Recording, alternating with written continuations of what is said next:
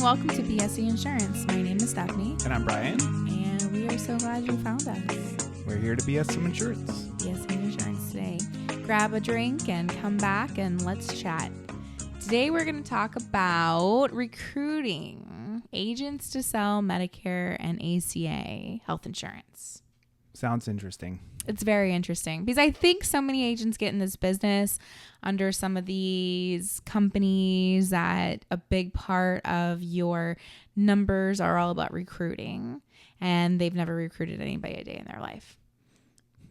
So we're going to provide some guidance and hopefully a little bit of insight.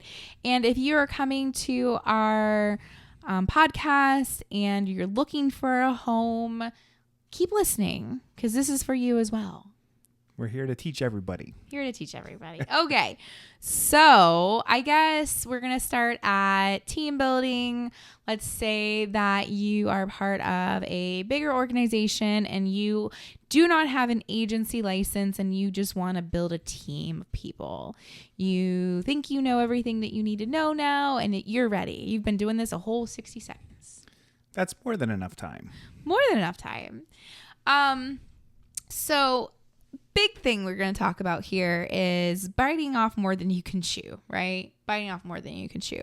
Are you really in a place where you are able to mentor and really teach people? Do you know everything you need to know? Or do you have somebody you can go to for that? Right. And we talked about this in a couple other podcasts as well. So you can always refer back to those ones. But what do you think makes somebody in a spot where they're ready to do it? When you're not asking questions anymore from your upline. At least not stupid questions. Consecutively, you know the right answers. Obviously, asking a question is not bad. If you guys have questions, hopefully you guys have an upline you can ask questions to. If you don't, then you seriously need to reevaluate where you're at. Just let's be honest with each other here. Right. And it's definitely one thing to ask, the one-off question or when you see something out of norm, right? But if you're asking the most simplest questions, like how do I get logged into, this carrier portal? You're not ready.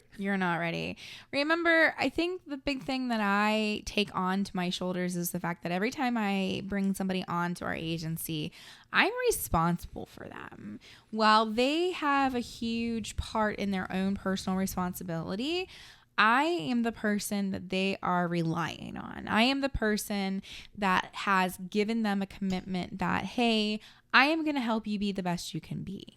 And if I don't show up and I don't give my 100% to them, I failed that person.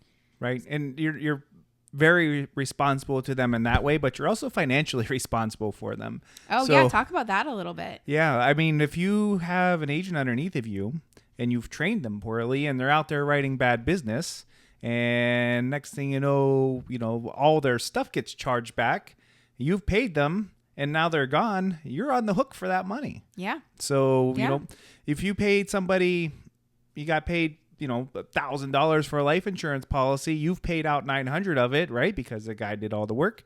And now he's long gone and the policy charges back 2 months later. Mm-hmm. Guess who's on the hook for the entire $1,000? You are, as the upline. Yeah. Yeah. And don't buy the BS of no chargebacks because every company has a chargeback. Oh, you will be charged back. That's bait and switch, guys, in this business. If somebody's telling you that there's no chargebacks, that's straight up lie. Because if something, you can write policies and if you write it good, most of them or a vast majority of them is not going to charge back. I don't get a lot of chargebacks. Right. Even when I was a new agent. But you never know. You're going to write a life insurance policy and that guy's going to die in month 2. The policy pays out. Good for him. That's exactly what it's designed to do. But you're getting charged back. Yeah. Or you write Medicare supplement. We're talking mostly about Medicare and health right now. You write a Medicare supplement in November during AEP. And in January, you get paid. And in February, your client gets a phone call from Humana sales team or Aetna sales team or United sales team. And bam, your member just got switched to a new plan. You have a full chargeback there. Full chargeback, full 12 months. Yep.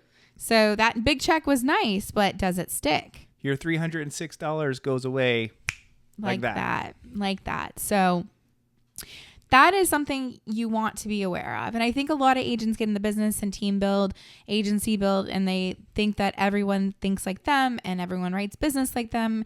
And if you train people the right way, most of them will, but you're still going to have those people that think they can outsmart the system, come in, write bad business, and leave. And it is running rampant in this business, as anybody who's been in this business for any length of time. And if they say that this is not true, then they're lying to you. Right. And they haven't outsmarted the system, but they have outsmarted you, because now you're on the hook. And yep, you can vector them, right? Or you can ding their credit, but you can't get blood from a stone. So, and the good thing about ACA though is that it is paid as earned. So shouldn't ideally not be chargebacks with ACA, right? Because the carriers are paying like 60 days out after the fact. It's a slow pay, but you shouldn't be getting chargebacks. So that is a positive about selling ACA. And once you make it through the first year on a Medicare Advantage, right? Yeah, then it's month to month. So you don't have to worry about that. The first year, that after the first year on a plan, you're generally pretty good. But even on life insurance or the indemnity plans, you can set those up to pay you as earned as well. Yes. And you get paid the same. Yep. You just don't get paid that giant check up front, which when you're writing consistently, you don't really need the giant check up front. Exactly. Yeah. So we're not saying this to scare you away, but we're just here to educate, right? Here to educate. I'm all about team building. We've got a couple agents on our team right now that I'm really pushing a team build, and because I know that they can do it and they can do it really well. But I think that we just all need to know what to expect. And there's not a lot of people out there talking about it. So that's why you found us. Yeah. Right? That's why you found us. So go slow. Go slow. Right. You don't need to hire 300 people in 1 year. If you do, I want to know what you're doing, because that's amazing. That is amazing. But you need to go slow because, again, remember, the people that you bring on, you need to be able to support and give them time. One thing I hate is that I talk to new agents and they said, oh, I was recruited by, ABC insurance agency, but they said a really good game getting me in, getting me licensed. But then as soon as I got licensed, they didn't answer any phone calls or emails anymore. And I don't know what to do. Is because they pulled too many agents together and they don't have the time to train. Right. So, and one of the reasons why agencies do that is because you can get better contracts when you have more downline agents. Yes, exactly. So it costs them next to nothing to bring on, 200 different agents, and you're not getting the support you need. Yep. So again, if you are looking to build a team or you're newer in the industry, these are just red flags to be looking out for. I'm not saying all these companies are bad. I'm not saying you shouldn't work with them, but just things to be aware of, right? Things that I've learned over all these years being in the business. Another thing is when you're recruiting, you really got to get creative. And I think that's something I've done really, really well. Now, I'm not going to give you guys all of my creativity. I'm not going to tell you all my secrets. Only my agents get to know my secrets that are recruiting. But think outside of the box, right? Think about what you hated as a new agent, or, the stuff that comes to you, right? We all get them. We all get the emails. We all get the phone calls. It's annoying. It is. Does anybody like it? I don't like it. I still, 2 years later now, and I'm still getting phone calls and emails. Come join our Almost agency. 14 years later, I'm getting, hey, are you looking for a new agency to work? Dude, look at my stuff. It's all online. It's all public. Yeah. You should be able to see my trail. Well, but they don't, because they're just mass hiring VAs. I was just talking to a potential new agent a couple days ago, and he's like, "How come I'm getting all these calls, or emails? Did the testing center sell my information?" Yeah, he thought that. Really? No, the testing center didn't sell your information. It's when you sign up, your license information becomes a public record. So simple enough to just search it and blast an email out. Yep. But think of other creative ideas. To be honest, this podcast, we decided to start with the help of Cody Askins, actually. We went to a local 8%. We'll be at 8% this week, actually. So if you're there, say hi. But, we started the podcast because he suggested, hey, start a podcast. It's going to help grow your agency and grow your team. Yep. So you get to listen to us just spout information now. Congratulations. And hopefully it helps you. You can thank Cody Askins for this. But we thank Cody Askins. It's creative, right? It's creative ways. It's not the ways that agents 20 years were doing. We got to get past that mindset. So you got to get creative. If what you're doing today isn't working, just like your sales process, right? It's the same situation, just a little different. If it's not working for you, examine what you're doing and fix it, right? Fix it. Get creative. We are not doing, this business is not what it was 20 years ago. Parts of it is, but we have so many more tools at our fingertips. At the same time, you don't have to necessarily reinvent the wheel either. No. Somebody out there is doing something that you can kind of not steal, right? But find a way to make your own. Find a way to make sending it your an own. email has been sending an email, right? It's clickbait. not a So if what you're doing is not working, see what everybody else is doing. Yeah. Don't copy their email and put your name on it. But there's lessons to be learned from everybody. Without giving away my secrets, I'll tell you about a conversation I had last week. We were on vacation, and so I'm coming back to doing some more recruiting. We're trying to recruit right now because open enrollment's coming up. But I actually had a couple conversations, really good ones last week, and I actually was told by 2 of the 3 of them that I was not talking like the others. Everything I said seemed authentic, and I was not pushing the agenda like the others. So think about that, right? Think about humanizing the people that you're trying to recruit. That might be one reason why we don't have so many people flocking to us, because we're not the people that's going to tell you it's easy. You're going to make $100,000 your first year. You won't even have to try. It's going to be super simple. Yep. Because honestly, that's not the truth. It's not what I want. I don't want to take you on under a web of lies, as Brian calls it. No web of lies here. We're circle of trust. If you're and to bring it back, if you're going to be recruiting people and you're telling them this, then you're setting them up for failure. Yeah, and these are other people. These people have families. They have mortgages. They have rent to pay. They have food to put on the table. We have to be honest in this business. We've got to change that rhetoric. Right? We got to change that rhetoric. So when I get a new agent on the phone or somebody who's thinking about coming to work with us, I always ask what got you in the business? But also, what are your expectations, right? Where do you want to be? Because if your expectation is, and this was the expectation of this person I talked to last week, she was told that she had to sell a minimum of 5 policies a week. And by the way, this is a very limited company, like 5 carriers or less, mostly selling like final expense. I don't even think they did Medicare or ACA, but it doesn't matter. 5 apps minimum. And then at 5 apps, she would be able to make about $1,500 a week. Didn't talk about renewals, nothing like that. So we got a brand new agent who has no other income coming in, who is already being put limits on their sale, like being told, like, you have to sell this or we're going to get rid of you. And then this is the amount of money you're definitely going to make from those 5 sales. So there's a lot of red flags there for me, guys. Can everybody sell 5 pieces of business a week? I think everybody can do that. Do I think everybody can do that? 5 sales every week, every week of every month of every year? No, I don't think so. I think you can. I never have. Well, if you are putting the 40 to 50 to 60 hours a week into the process, yes. Possibly. Right? If you're dedicating that time. Brand new, though. And when you're brand new, it's hard to learn, right? But it's hard to learn. When you're dedicating that time, that's 60 hours a week to get it done, yeah, you can get it done. So I'm very honest with the agents. I say, that's great. And I definitely think you can do that. But are you going to do that every single week? Probably not. And what they didn't tell her was how much money it's going to cost her to get those 5 sales a week. How many leads is she going to have to buy in order to make that happen? Yes. So I started asking questions. I said, do you get leads? Every Monday, we all get an email with lists of people. Okay. Is that list unique to you? I don't think so. Okay. So how many agents work for them? Thousands of agents work for this agency company. Okay. So we've got a list of people we're calling, and they're getting calls from at least probably 100 other agents.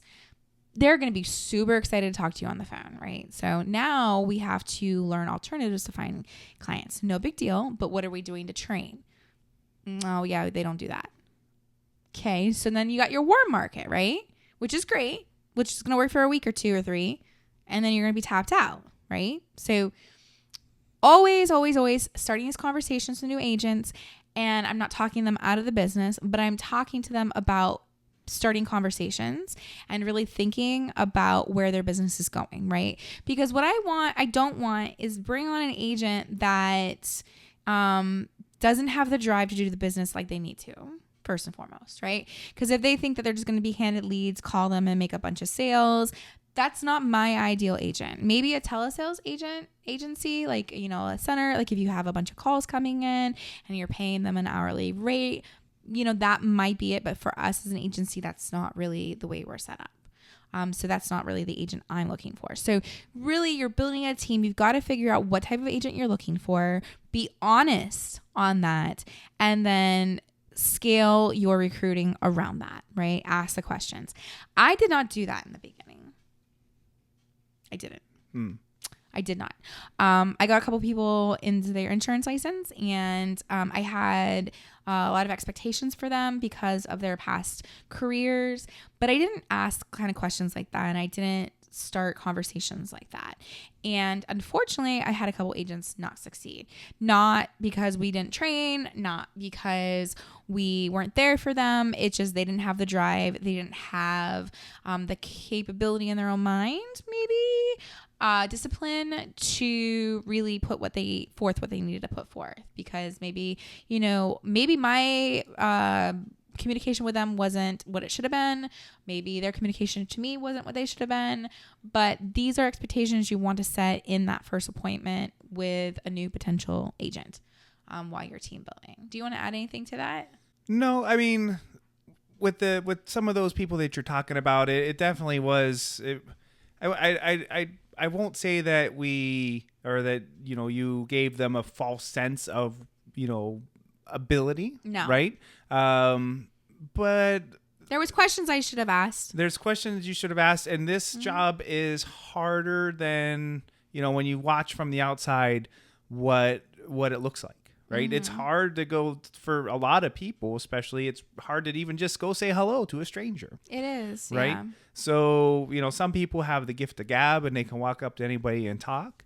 But for a lot of people, they're like, I don't know, I just don't want to talk to anybody today. Yeah. And if you have too many of those days where you don't want to talk to anybody, this job's not for you. Yes. And right? we all know that if you're listening to this and you're trying to team build or build an agency, you should already know this. Exactly. You should already know this. But don't try to.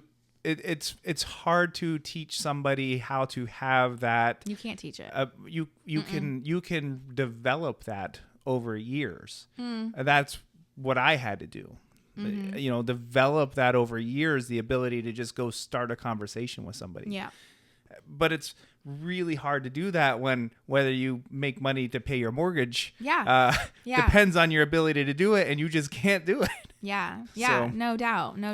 Don't set somebody up for failure like that. Exactly. Make sure they have the right personality. Yeah, exactly. And you know, even still kind of hitting on that, they might be able to talk, but do they have that driven personality to go out there every day and put the effort in? You know, you got to be looking for those people, not just, you know, people that want to go out there and talk and do stuff without really doing stuff, right? There's agents out there who are participating in everything but doing nothing.